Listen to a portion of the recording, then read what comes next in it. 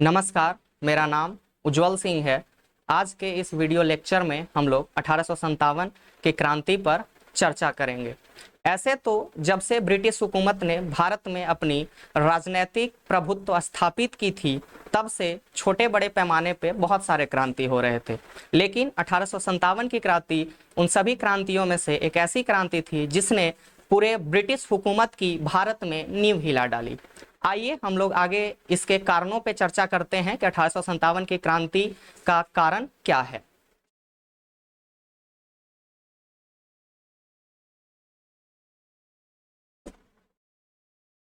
इसमें पहला है सामाजिक धार्मिक कारण। सामाजिक धार्मिक कारण में देखते हैं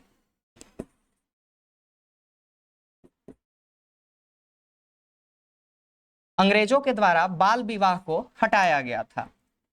दूसरा, अंग्रेजों के द्वारा सती प्रथा को बैन किया गया। तीसरा,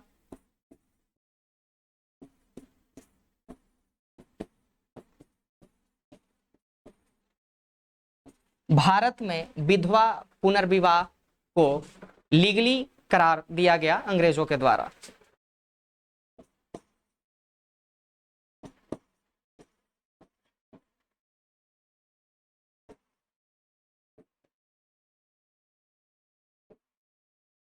फिर अंग्रेजों के द्वारा मंदिर और मस्जिद या ऐसे जगह जहां पे भारत में धार्मिक स्थल थे, उन सबों पे करारोपण यानी कि टैक्स लिया गया। फिर अंग्रेजों के द्वारा एक नियम जिसे लेक्स लोकी अधिनियम कहते हैं,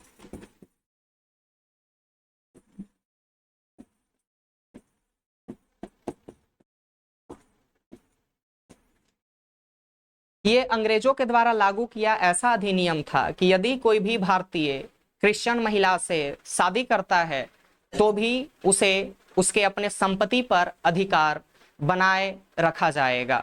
जबकि हमारा समाज जहां एक तरफ अंतरजातीय अफेयर्स को इलीगल मानता है, वो कैसे ये मानेगा, वो कैसे इसे लीगली प्रूफ करेगा कि अंतरजातीय विवाह एक सफल विवाह है। इधर बाल विवाह के बैन होने से युवाओं में भी आक्रोश था। आगे देखते हैं राजनैतिक कारण। राजनैतिक कारण में एक सबसे बड़ा मेन कारण जो है वो है व्यापकता का सिद्धांत।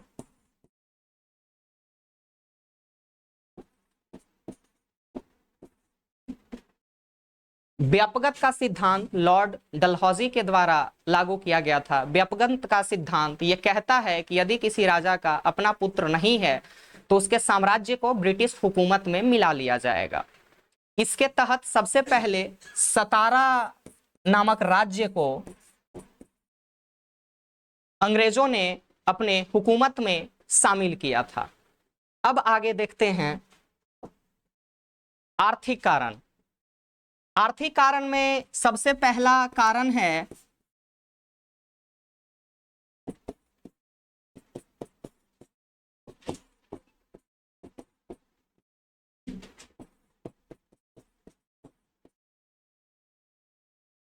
धन निष्कासन का सिद्धांत। इसका मतलब कि भारत में जितने भी रॉ मटेरियल्स हैं, भारत में जितने भी धन थे, उन सबों को यूरोप भेजा जाता था। ब्रिटिशर्स अपने देशों में भेजते थे और वहां से जितने भी मैन्युफैक्चर्ड मटेरियल्स होते थे उन्हें भारत में लाया जाता था। दूसरा,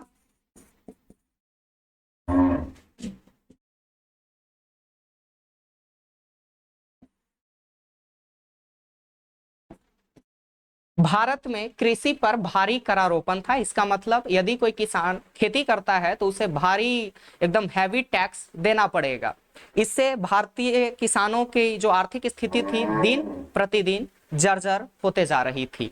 यदि 1857 की क्रांति उस समय सफल हो गई होती तो शायद आज भारत की आर्थिक स्थिति कुछ और होती। चलिए, ये अलग मुद्दा है, हम लोग आगे की कारणों पे चर्चा करते हैं। इनमें एक कारण है सैन्य कारण। सैन्य कारण में एक अधिनियम लाया गया था जिसका नाम है जनरल सर्विस इनलिस्टमेंट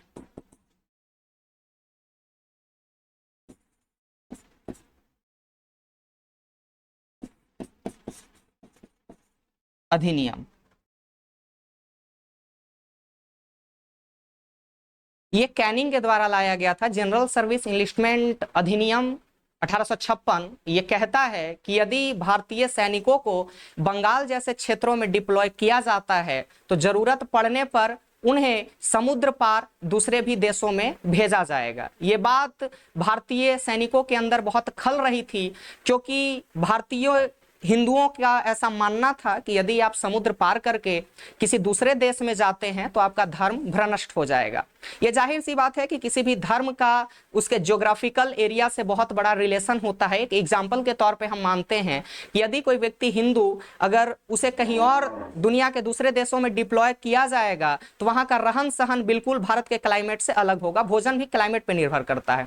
यदि कोई व्यक्ति यूरोप जैसे देशों में डिप्लॉय किया जाएगा तो साधारण सी बात है कि उसे उसके बॉडी में वार्म करने के लिए उसे मीट या शराब दिया जाएगा, जबकि ये हिंदू रीति रिवाज से माने या इस्लाम रीति रिवाज से माने ये बिल्कुल इलीगल माना जाता है। फिर हमारे सैनिकों के साथ बहुत भेदभाव होता था। जैसे हमारे भारतीय सैनिकों को बहुत निचले ओहदे की रैंकिंग दी जाती थी, काले गोरे का भेदभाव किया जाता था। ऐसा ये सैन्य कारण है। अब देखते हैं बाहरी गतिविधियों का प्रभाव। जैसे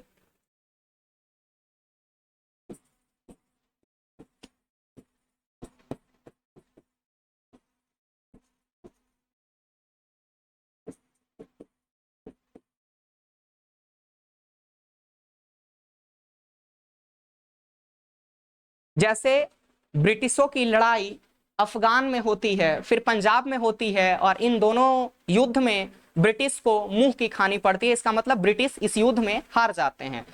इस बारे में जब भारतीय जानते हैं तो उनके अंदर मोटिवेशन आता है कि तुझ में भी वो बात है, तेरी भी औकात है, तू भी बन सकता है सिकंदर। और ये भारतीयों के अंदर मोटिवेशन एकदम पीक पे होता है कि एकदम जो भी हो, एकदम 1857 की क्रांति कर देना है और ब्रिटिश हुकूमत को यहां से जड़ से उखाड़ फेंकना है।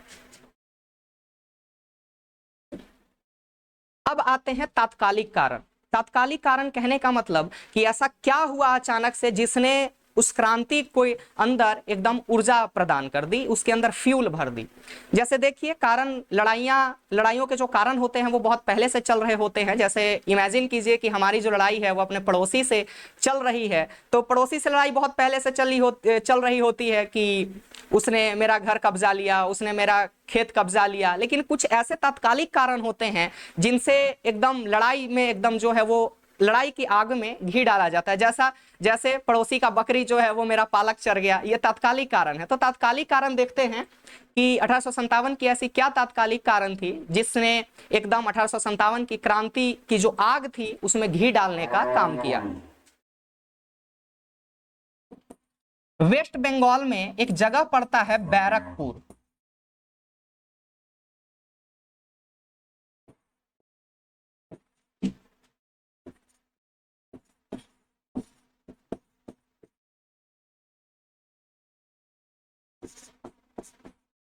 बैरकपुर में आर्मी की छावनी थी 34th पैदल सेना। उसमें से एक व्यक्ति जिनका नाम था मंगल पांडे।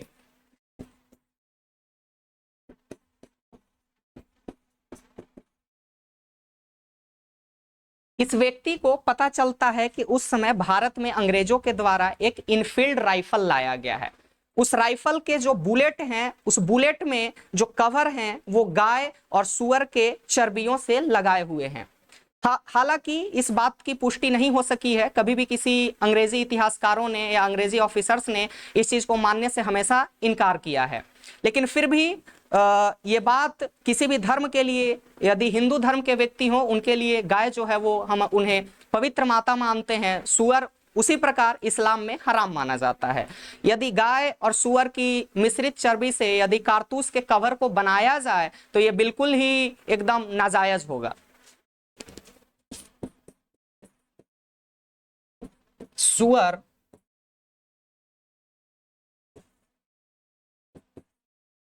गाय की चर्बी से जो कारतूस का कवर है वो बना होता था। करना क्या होता था कि जाहिर सी बात है कि कारतूस जो है वो मेटल के होते हैं, तो बाहरी इन्वायरमेंट से सुरक्षा प्रदान करने के लिए उसमें कवर दिया जाता होगा। उस राइफल को फायर करने के लिए सबसे पहले बुलेट के जो ऊपर कवर होते थे उसे मुंह से खींच के बाहर निकाला जाता था। इसके बाद उस बुलेट को लोड किया जाता था राइफल में। जब मंगल पांडे को यह बात पता चली तो उनका जो गुस्सा था वो एकदम सातवें आसमान पे था। अगर कोई भी व्यक्ति के धर्म के साथ ऐसा खिलवाड़ होता है तो ये बिल्कुल अपमानजनक है उस धर्म के लिए। मंगल पांडे इस बात को अपने दिमाग में बिठाते हैं कि मेरा धर्म तो भ्रष्ट हो ही गया। अगर कोई व्यक्ति धर्म को पर्सनली मानता है तो उसके लिए धर्म ही सब कुछ है। मंगल पांडे के लिए धर्म ही सब कुछ था। उस व्यक्ति को जब पता चला कि मेरा धर्म भ्रष्ट हो गया है, इसके बाद उसने विद्रोह करने की सोची और वहां के जो ऑफिसर्स थे उस पर हमला किया। हमला करने पर वहां के जो ऑफिसर्स थे उनको तो गोली लगी, लेकिन वो कुछ दिन बाद हॉस्पिटल्स में हॉस्पिटलाइज्ड होने के बाद ठीक हो गए। लेकिन मंगल पांडे को फांसी दे दी जाती है। ये रहे तत्कालिक कारण।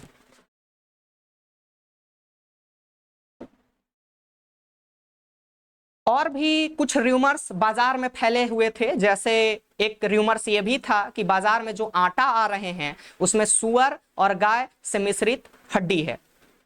ये बात हो सकता है कि ये झूठ हो, लेकिन कभी कभी झूठ जो है वो सही का काम करता है। कभी कभी झूठ बोलना सही होता है, जायज होता है। इंग्लिश में एक वर्ड है प्रो सोशल लाइज। यदि किसी के भलाई के लिए यदि हम झूठ बोले तो बिल्कुल जायज है। क्योंकि आज के दरमियान में एक एग्जाम्पल्स को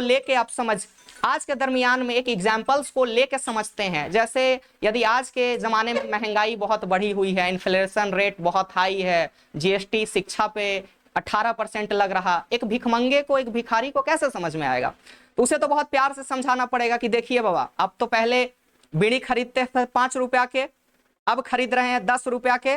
देख रहे हैं कितना महंगाई बढ़ल है, ये मोदी जी के करामात है। तब उस व्यक्ति को लगेगा कि अरे साला सरकार तो एकदम निकम्मा है, सरकार मेरे लिए कुछ कर ही नहीं रहा। तो क्रांति में बहुत सारे कारण होते हैं, उन सब कारणों को एक में करके उस कारण को एकदम बूस्ट किया जाता है ताकि क्रांति जो है वो एकदम ग्लोबल लेवल पे चले, एकदम टॉप लेवल पे चले। अब देखते हैं क्रांति का उद्गम केंद्र, क्रांति कहां से शुरू होता है। यूपी में एक जगह पड़ता है जिसका नाम है मेरठ, और कहें तो उसे बरेली।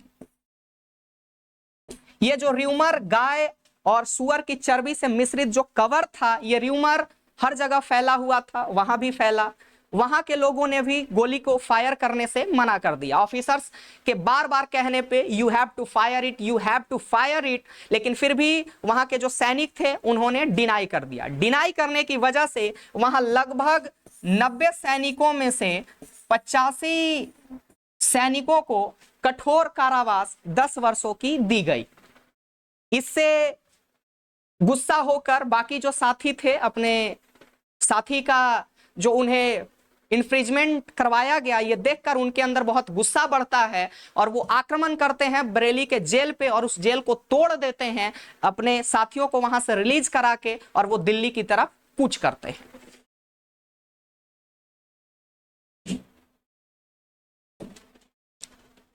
अब देखते हैं 1857 की क्रांति पूरे भारत में जगह जगह पे फैली हुई थी। जाहिर सी बात है, हम बिहार के रहने वाले हैं, इसलिए हम पहले बिहार के बारे में बात करेंगे। बिहार का एक जगह है आरा। आरा से भी 1857 की क्रांति शुरू हुई थी। आरा एग्जैक्ट जगह पड़े तो जगदीशपुर। यहां के रहने वाले जिनका नाम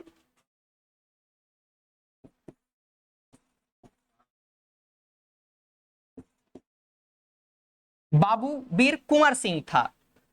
इनके एक और भाई थे जिनका नाम अमर सिंह। कारण ये रहा कि बाबू वीर कुंवर सिंह और अमर सिंह की जो जमीन थी, उनकी जो जमींदारी थी, वो अंग्रेजों के द्वारा छीन ली गई थी। यही वहां का सबसे मूल कारण था। अंग्रेजों ने बाबू वीर कुंवर सिंह और अमर सिंह को चैलेंज किया, क्योंकि यदि आप किसी व्यक्ति का जमीन हड़प लेते हैं तो जाहिर सी बात है आप उस व्यक्ति को चैलेंज ही कर रहे हैं। लेकिन बिहार वीरों की धरती है। एक भोजपुरी का गाना वीर कुंवर सिंह के लिए ही शायद लिखा गया है कि जागल शेर के चैलेंज नहीं दिहल जाला, आरा वाला के न हल्के में लिहल जाला। तो बाबू वीर कुंवर सिंह और अमर सिंह के दोनों एक तरफ, अंग्रेजी सरकार एक तरफ, दोनों के बीच युद्ध होता है और ऐसा कहा जाता है कि अंग्रेजों के द्वारा जो बुलेट फायर किया जाता है वो कुंवर सिंह के हाथ में लगता है। कुंवर सिंह की उम्र उस वक्त लगभग 80 वर्ष हो रही थी। इसके बावजूद भी 80 वर्ष के भी उम्र में उस व्यक्ति का जो अंदर का जो गट्स था वो एकदम टॉप लेवल का था। जब उनके हाथों में गोली लगती है तो वो अपने हाथ को काट के गंगा नदी में प्रवाहित कर देते हैं और गंगा माँ को अर्पित कर देते हैं। इसीलिए एक कवि ने कहा है कि 80 वर्षों की हड्डी में जागा जोश पुराना था, सभी कहते हैं बाबू वीर कुंवर सिंह बड़ा वीर मर्दाना था। 80 वर्षों की उम्र में ये बहुत बड़ी बात है उस व्यक्ति के लिए। उस व्यक्ति के अंदर इतना टॉप लेवल का कॉन्फिडेंस है। और भोजपुरी गाने का एक और लाइन इन्हीं पे जचता है कि चाहे गोली चले चाहे छारा, ये आरा कभी हारा नहीं है। चलिए नेक्स्ट आते हैं पटना। पटना से एक व्यक्ति जो लीड कर रहे थे उनका नाम था पीर अली।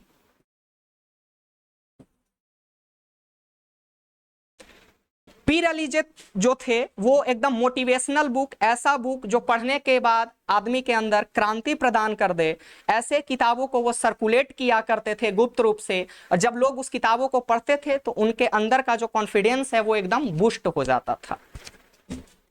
हाँ, वो अब बात अलग है कि अब लोग किताब जो है वो बहुत कम पढ़ रहे हैं। यदि आप किताबों को अच्छा मित्र बनाते हैं तो आप बहुत आगे जाइएगा। ये डिपेंड करता है कि आप कौन सा किताब पढ़ते हैं, आप सरस सलील पढ़ते हैं या मॉडर्न इंडिया पढ़ते हैं।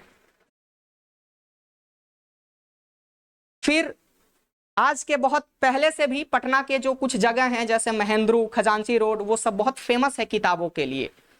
हाँ, अब वो बात अलग है कि लोग अब पटना से किताब कम दवाई ज्यादा मंगा रहे हैं। चलिए समय को ज्यादा जाया ना करते हुए आज के लिए इतना ही रखते हैं। अगले एपिसोड में हम लोग देखेंगे कि भारत में जितने भी और भी क्रांति के जो उद्गम केंद्र रहे हैं उनके बारे में पढ़ेंगे और साथ ही साथ उनके नेतृत्वकर्ता के बारे में भी पढ़ेंगे।